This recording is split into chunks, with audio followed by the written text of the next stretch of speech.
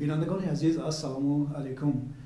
حزب سوسیال دموکراتی تاجیکستان یکی از 7 حزب رسمی سیاسی تاجیکستان به شمار می رود، اما از ماه مارس سال 2015 یعنی از برگزاری انتخابات پارلمانی تاجیکستان تا به امروز اگر اشتباه نکنم این حزب دیگر خاموش شد و از صحنه سیاسی اندکی کنارتر رفت. این سوال ما را به اینجا کشانید تا اینکه با رئیس حزب سوسیال دموکراتی تاجیکستان رحمت الله زویروف که ما در حضور ایشان قرار داریم این سوالها را در میان گذاریم و از این کس در ابتدا میخوام بپرسم که این خاموشی این واقعا خاموشی بود و این خاموشی یک تاکتیک سیاسی بود یا احتیاط از وضع سیاسی تاجیکستان بود یا اینکه یک ترس بود؟ چی بود این؟ همین سبب‌های و همین عامل‌های همش جای داشت. هم احتیاطی هست اما نه ترس،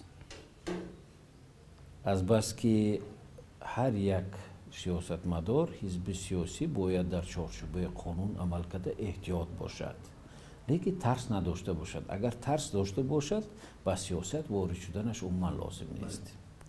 از دیگر طرف این خاموشی یک تاکتیک سیاسی هم بود، از بس که حادثه هایی که اون جریان هایی که در دوام آخران 2 سال به میان آمد بسیار تحلیل طلب بود.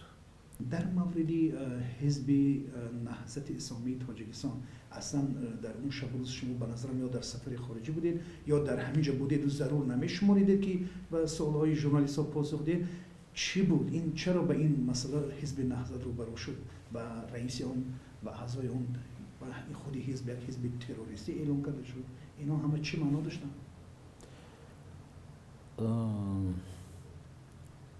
مسئله حزب نهضت که من پیشتر هم اعلام کرده بودم که از سال 2013 تا این دوره من یگون مصاحبه برگزار نکردم، برای که همون وقت گفتم که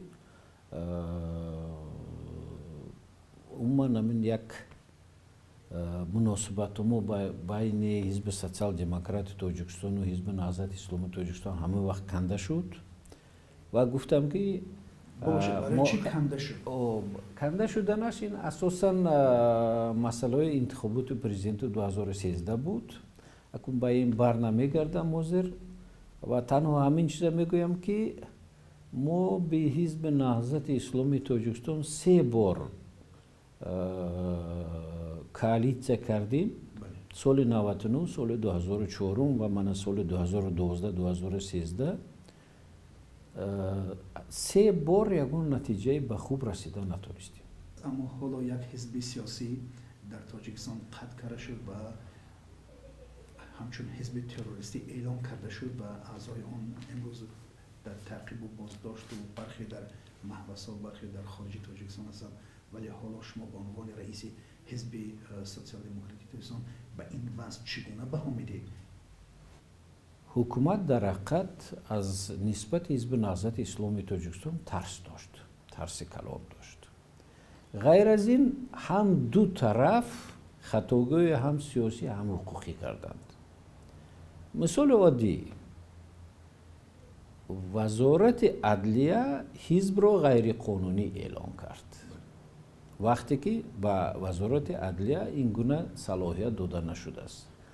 در حقیقت با حزب نهضت اسلام آنها می توانستند آگاهی دهند، بعد از 10 روز دادن آگاهی به سود پیشنهاد کنند. شورای سیاسی حزب نهضت اسلام توصیه می دهد که رئیس حزب باز نگردد، الکی سوال پیدا می شد که رئیسگری را در حزب کی اجرا می کند و حزب مجبور می شود و وزارت عدلیه هم امکانیت طلب کردن را پیدا می کند که انجمن گذرانده رئیس نو را انتخاب کنند.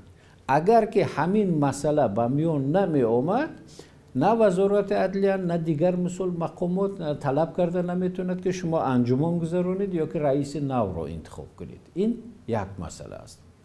دوم مسئله، یک چند نفر مثل از اعضایان شورای سیاسی حزب نهضت اسلامی تاجیکستان به استانبول رفتند و اعلان کردند که در اونجا شورای سیاسی گذراندند.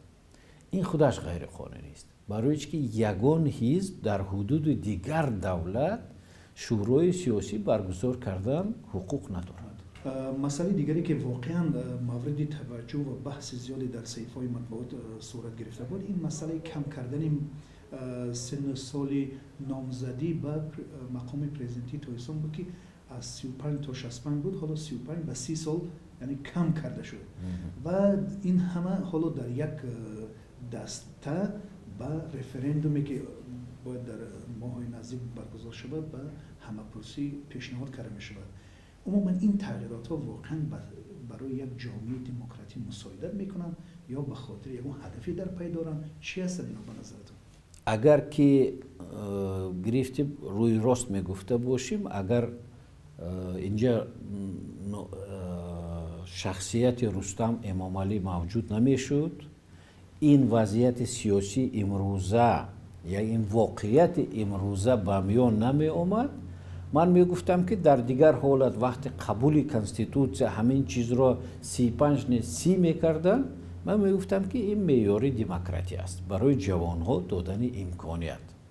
لیکن وقتی که ضروریت پیدا می شود و میبینند که مثال سال 2020 سین سال رستم امامعلی همگی به 32 میرسد و نه به 35، برای این مثال که سین سال نامزد را تا 30 ساله پست کردن، این علاقه یک کنیونکتور سیاسی است. با یک انجمن حزبی آمادگی دارید؟ این انجمن کی برگزار میشه؟ در اونجا چی برنامه دارید؟